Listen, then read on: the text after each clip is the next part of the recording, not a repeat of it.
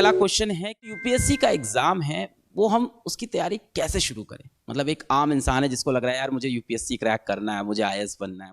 अब वो हो सकता हो कॉमर्स स्ट्रीम से रहा हो, साइंस स्ट्रीम से रहा हो, या हो सकता हो वो ह्यूमैनिटीज स्ट्रीम से रहा हो, उसने ग्रेजुएशन कर रखा हो, शायद पोस्ट ग्रेजुएशन कर रखा हो सकता हो कोई जॉब कर रहा हो सकता हो जॉब नहीं कर रहा हो।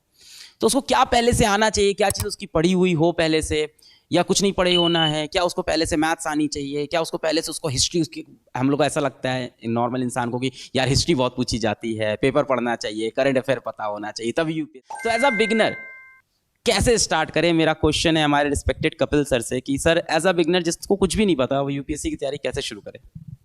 पर्टिनेंट क्वेश्चन हर स्टूडेंट पूछता है, हर एस्पिरेंट जो इस मार्केट में आता है प्रिपरेशन के लिए आता है वो यही पूछता है कि हम ये प्रिपरेशन स्टार्ट कैसे करें, क्या स्ट्रैटेजी होनी चाहिए, क्या क्या चीज़ें हमें मार्केट से बाय करनी है। इतनी नॉइस है, इतना कंटेंट है, इतने इतने चैनल्स हैं, इतनी कोचिंग्स हैं, तो कैसे उस क्लटर को हम हटाएं, डिक्लटर करें और स्पेसिफिकली हम उस डिमांड को पूरा करें जो यूपीएससी इतने लंबे समय से अपने एस्पिरेंट से डिमांड। देखिए, सबसे पहले जो आपको करना है, आपको सिलेबस को परचेज करना है, सिलेबस को यूपीएससी की वेबसाइट से डाउनलोड करना है, सिलेबस को थॉरली पढ़ना है। सिलेबस की हम बात करें तो प्रीलिम्स के सिलेबस में जीएस या फिर मेंस के सिलेबस में ऑप्शनल्स, आपको पहले इसको एक जॉट डाउन करना है, इसको आपको प्रिंट आउट लेना है और थॉरो इसका आपको एनालिसिस करना है कि यूपीएससी में एग्जैक्टली डिमांड क्या है।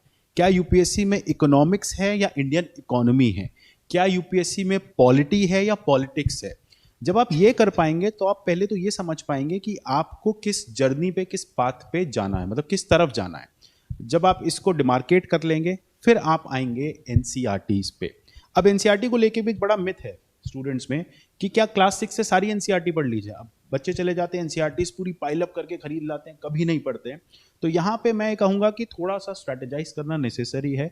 एनसीईआरटी आप कोशिश करिए क्लास 10th ऑनवर्ड्स उठाइए।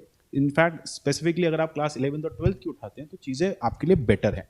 बट हाँ, अगर आपको लगता है क्लास 11 12th की एनसीईआरटी थोड़ा सा आपको समझने में दिक्कत हो रही है तो आप क्लास 10 से स्टार्ट कर सकते हैं। अगर आप 2025 की बात कर रहे हैं, 2026 की तैयारी कर रहे हैं, तो उस केस में तो आप फिर भी क्लास 6 से उसको ले सकते हैं। तो अब ये देखो, आपका टाइम ड्यूरेशन बताएगा कि आपको क्या कंटेंट पिक करना है। अगर आपके पास कम टाइम है, अगर आपके पास 2023 तक का ही टाइम है प्रीलिम्स देने का, आप 2024 में जा रहे हैं, तो उस हिसाब से अपनी स्ट्रैटेजी जो है थोड़ी थोड़ी चेंज करनी पड़ेगी। क्योंकि देखिए, यूपीएससी में जो मतलब स्ट्रेट जैकेट अप्रोच है वो सब पे नहीं चलती है। हर स्टूडेंट की अपनी डिमांड है, अपनी नेसेसिटीज़ हैं और अपनी कैपेबिलिटीज़ हैं। चलना सबको एक ही तरफ है, क्रैक सबको यूपीएससी करना है, पर थोड़ा थोड़ा हम यहाँ पे चेंजेस करेंगे। इसके अलावा हमें क्या करना है, एक न्यूज़पेपर से हमें अपना टच बनाए रखना है कंसिस्टेंटली। आप रोज 1 घंटा दो न्यूज़पेपर को, लेकिन न्यूज़पेपर को एक बार फ्लिप थ्रू करो। न्यूज़पेपर आप कब फ्लिप थ्रू कर पाओगे, जब आप सिलेबस से वाकिफ होगे, सिलेबस आपको समझ में आ जाएगा, तो न्यूज़पेपर को आप ऑटोमेटिकली डीक्लटर कर पाओगे, इंपॉर्टेंट चीज़ें ले पाओगे। एक बार आप एनसीईआरटी से बाहर आ गए, फिर आप जाओ प्रीवियस ईयर क्वेश्चंस को एक बार एनालाइज करो स्टैंडर्ड बुक्स के साथ। हर टॉपिक की, हर एक सब्जेक्ट की एक स्टैंडर्ड बुक है।